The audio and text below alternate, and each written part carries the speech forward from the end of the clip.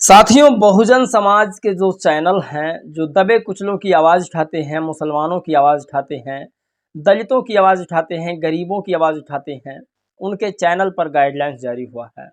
आप इधर साइड में देख सकते हैं, ये गाइडलाइंस है और ये गाइडलाइंस ये कहता है कि अगर आप वीडियो बना रहे हैं, सूचना आदान प्रदान कर रहे हैं, तो आपको सूचना प्रसारण मंत्रालय में इसकी जानकारी देनी होगी। आप कल्पना नहीं कर सकते साथियों, ये इससे बहुजन समाज के साथ हो रहा है, जो दबे कुचलों की आवाज़ उठा रहे हैं। वरना बहुत सारे ऐसे चैनल हैं जो गाली गलौच भी देते हैं और करोड़ों अरबों फॉलोअर्स भी बटोर रखे हैं। नमस्कार दोस्तों, मैं हूं पराग और आप सभी का एक बार फिर से मैं बहुत बहुत स्वागत करता हूं। समाचार बंद नहीं होगा, चाहे कुछ हो जाए। यूट्यूब नहीं, कुछ और सही, हमारे पास बहुत संसाधन है। अब हमारी सदी जो है बहुत आगे निकल चुकी है। अब दलित पिछड़ा समाज पीछे पिछड़ने वाला नहीं है, ये बिल्कुल सत्य है। इस बात को सभी लोग नोट करके रखें कि आपके साथ कुछ भी हो सकता है। अपने समाज की आवाज़ मुखर होकर उठाइए। आपके पास बहुत सारे प्लेटफार्म हैं। अगर कुछ नहीं मिलेगा तब भी आप मैनुअली अपने समाज को जगाने का काम कीजिएगा। हर समय, हर घड़ी आप अपने समाज के प्रति सचेत रहिएगा। यूट्यूब ने गाइडलाइंस जारी किया है, इस पर हम निर्णय लेंगे। नहीं होगा तो आगे चलकर जो भी कानूनी प्रक्रिया होगी उसके हिसाब से काम किया जाएगा। लेकिन खबर हम बताते हैं कि महाराष्ट्र की क्या है। महाराष्ट्र में दरअसल विधानसभा के चुनाव चालू हैं और वहां पर जो कांग्रेस पार्टी है वो समाजवादी पार्टी को सीट देने को तैयार नहीं है। जैसे यूपी में खेला हुआ है, अखिलेश यादव जी ने राहुल गांधी के साथ किया है, वैसे ही महाराष्ट्र में कांग्रेस ने समाजवादी पार्टी के साथ कर दिया। लेकिन समाजवादी पार्टी का एक बयान आया कि मैं मायावती जैसा नहीं हूँ, मायावती जी की तरह राजनीतिक में त्याग नहीं कर सकता। इस बयान पर आप लोगों की क्या राय है? इन्होंने कहा कि राजनीति में त्याग के लिए कोई जगह नहीं, मायावती हर राज्य में चुनाव लड़कर भाजपा को फायदा पहुंचाती हैं। अखिलेश यादव का यह बयान आया है, लेकिन इस बात से मुझे थोड़ा दर्द हुआ, क्योंकि बाबा साहेब डॉक्टर भीमराव अंबेडकर ने इस देश में संविधान बनाया, जो समता मूलक संविधान बनाया और उसमें सभी को चुनाव लड़ने की आज़ादी दी। कोई अगर क्षेत्रीय पार्टी है तो भी चुनाव लड़ सकती है और कोई राष्ट्रीय पार्टी है तो भी चुनाव लड़ सकती है। खैर, बहुजन समाज पार्टी राष्ट्रीय पार्टी है, वो सब पर इल्ज़ाम लगा सकती थी, उस पर कोई नहीं इल्ज़ाम लगा सकता था। ये तो ठीक है। अभिनव ने लिखा कि अभिनव पांडे ने कि अखिलेश जी के बयान पर आपकी क्या है राय?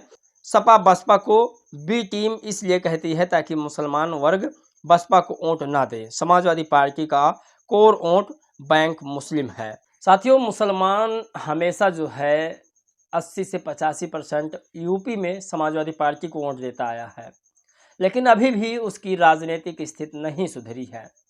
राजनीतिक स्थिति तब सुधरती जब आजम खान जैसे लोग बाहर होते। आजम खान जेल में हैं, जो मुसलमानों के यूपी के सबसे बड़े नेता थे। तो ये कहीं ना कहीं चाल भी हो सकती है नेताओं की, और आप लोग भली भांति जानते हैं कि इसकी चाल हो सकती है। आजम खान ने चुनाव प्रचार प्रसार करने से मना कर दिया था अखिलेश यादव का। बड़ी खबर है, राजपथ टीम सैयद कयूम जी ने लिखा, बहुत बड़ी खबर लिखा उन्होंने। वो लिखते हैं कि महाराष्ट्र में सीट न मिलने पर भड़के अखिलेश यादव, कहा राजनीति में त्याग जैसी कोई चीज़ नहीं है। राहुल गांधी को चेतावनी दी और झारखंड के बाद महाराष्ट्र में लड़ेंगे सपा अकेले चुनाव। वैसे बी टीम में माना जाए या अभी बी टीम बसपा को ही कहा जाए? दरअसल सैयद कयूम जी ने लिखा कि बी टीम अखिलेश यादव को घोषित कर दिया जाए या नहीं, या बसपा को ही रहने दिया जाए।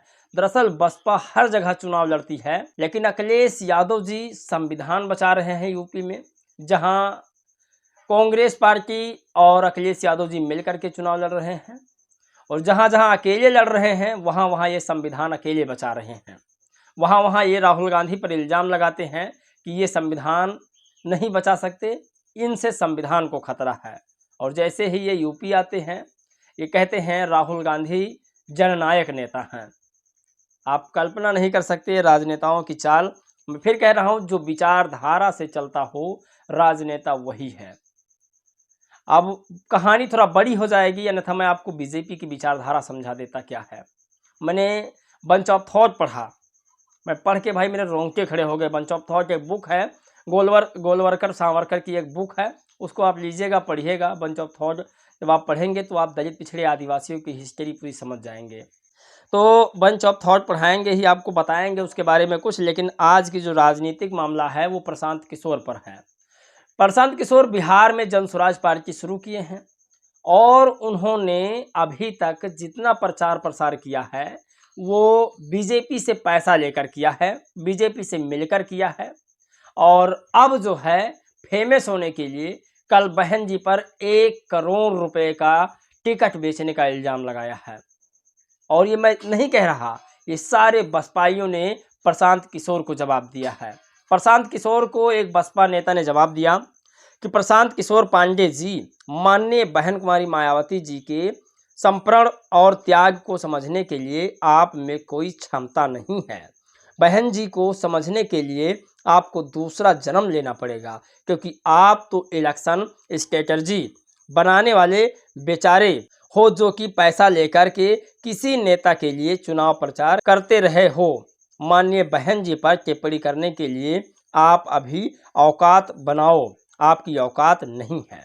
तो डॉक्टर लाल जी मेधांकर, इन्होंने प्रशांत किशोर को करारा जवाब दिया। बसपा से ये बड़े नेता हैं बिहार के। साथियों, बसपा के नेताओं की एक सबसे बड़ी खूबी और है कि वो अपने कानूनी सलाहकार या कानूनी जो प्रक्रिया है उसे मजबूत नहीं करते हैं। राष्ट्रीय नेता पर कोई अपशब्द बोल दे, गाली दे दे और उसे छोड़ दिया जाता है। ये सबसे बड़ी गलती है बसपा वालों की। आज सबसे बड़ी खबर स्वामी प्रसाद मौर्य जी के मुंह से आई है। हमेशा जो सवर्ण समाज के लोग हैं वो स्वामी प्रसाद मौर्य को कहते हैं कि जब ये बोलते हैं तो आग उगलते हैं, लेकिन जब ये बोलते हैं तब SC ST OBC के लिए अच्छा ही बोलते हैं। साथियों, उन्होंने लिखा, बटने वालों ने समाज को ब्राह्मण, क्षत्रिय, वैश्य, शूद्र, ऊंच नीच, छूत अछूत व हजारों जातियों में पहले से ही बांट रखा है। अब तो बांटने के लिए कुछ बचा ही नहीं है। एक वर्ग विशेष के लोग आज भी काट रहे हैं, मार रहे हैं, जला रहे हैं, जिसका दुष्परिणाम दलित पिछड़े भोग रहे हैं। बेरोजगारी, महंगाई, कालाबाजारी, जंगल राज, छुट्टा जानवरों से फसलों की बर्बादी जैसी महत्वपूर्ण समस्याओं से ध्यान भटकाने के लिए बटोगे तो कटोगे का फार्मूला हिट है। स्वामी प्रसाद मौर्य जी, आपने बहुत बढ़िया लिखा, लेकिन आपसे एक रिक्वेस्ट है कि आप जिस पार्टी में थे उस पार्टी में आपको जाना चाहिए। आपकी विचारधारा और उस पार्टी की विचारधारा एक है।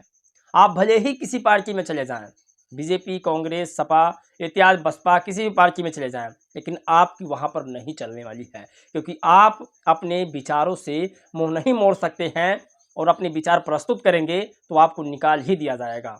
इसलिए आपकी सबसे बेहतर जगह है जो आपकी पार्टी थी पहले, जो आपकी रिस्पेक्ट करती थी, आपके विचारों का रिस्पेक्ट करती थी और आपके पूर्वजों का भी सम्मान करती थी। उस पार्टी को आप फिर से संभालिए।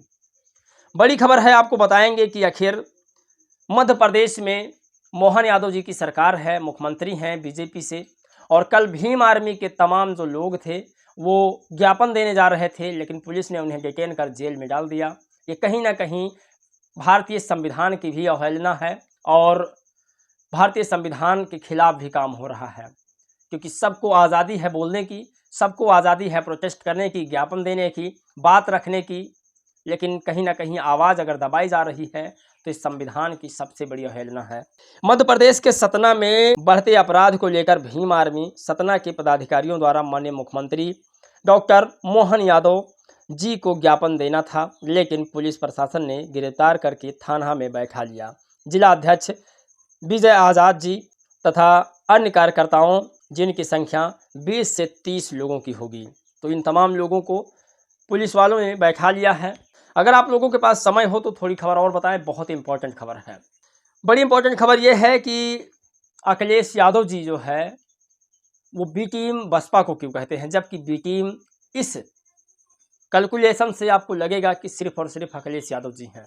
इसे लिखने वाले इमरान शकील हैं। ये लिखते हैं कि जब हरियाणा में चुनाव था तब अखिलेश यादव जी ने चुनाव नहीं लड़ा, जबकि हरियाणा में कई ऐसी सीट थी जहां पर बीजेपी की विजय हुई है और वो यादवों बहुल्य क्षेत्र में हुई है। अगर वहां पर अखिलेश यादव जी चुनाव लड़ते तो 110% ये था कि कांग्रेस पार्टी चुनाव जीत जाती। अगर कांग्रेस पार्टी के गठबंधन से लड़ते और अगर खुद अखिलेश यादव जी लड़ते तब भी 10-11 सीट निकाल लेते और बीजेपी की वहां पर हार हो जाती। लेकिन ऐसा उन्होंने नहीं किया। सीट क्या है आपको बताते हैं। सबसे पहले बात हरियाणा विधानसभा चुनाव की है। यहाँ यादव जाति निर्णायक भूमिका में रही है। राज्य की 90 में से 14 सीटों पर यादव निर्णायक है। समाजवादी पार्टी ने इस राज्य में एक भी सीट पर प्रत्याशी नहीं खड़ा किया। यादव बहुल्य अहिरवाला क्षेत्र में 11 में से 10 सीटें पर भाजपा ने जीत दर्ज की है। इसी राज्य में यादव जाति का सर्वाधिक वोट भाजपा को गया है। अगर सपा यादव बहुल्य सीट पर विकल्प देती तो भाजपा को नुकसान होता, क्योंकि यादव समाज सपा को वोट देता और ऐसे स्थिति में कांग्रेस के चांस बनते, परंतु सपा ने एक भी सीट पर चुनाव नहीं लड़ा। सोचिए, तो यहाँ पर किससे माना जाए बीजेपी का बी टीम। खैर मैं बात नहीं कह सकता, तमाम मुस्लिम समाज के लोग कह रहे हैं, तमाम दलित समाज के अति पिछड़े समाज के लोग कह रहे हैं, जिन्होंने राजनीति के बारे में कुछ जाना और समझा है। ये बड़ी खबर है और यही हाल अभी जो है जम्मू कश्मीर में हुआ था। वहाँ पर जो मुसलमानों की पार्टी थी उसको नुकसान पहुंचाने के लिए अखिलेश यादव खैर चुनाव लड़े, लेकिन उनका वहां दाल नहीं गला और वो 0 पर सिमट गए। तो ये सबसे बड़ी खबर है। महाराष्ट्र में सपा कांग्रेस गठबंधन आधार में पहले 25 सीट मांग रही थी, फिर 12, फिर 5 और अब लगता है कि नो एंट्री होने वाली है। खैर आप लोग की क्या राय है, क्या प्रतिक्रिया है, अपना जवाब जरूर दीजिएगा। आप लोग से रिक्वेस्ट है कि ज़्यादा से ज़्यादा कमेंट कीजिएगा, सूचना प्रसारण मंत्रालय के ऊपर भी लिखिएगा। इस वीडियो दोस्तों बस इतना ही। जय भीम, नमो बुद्धाय।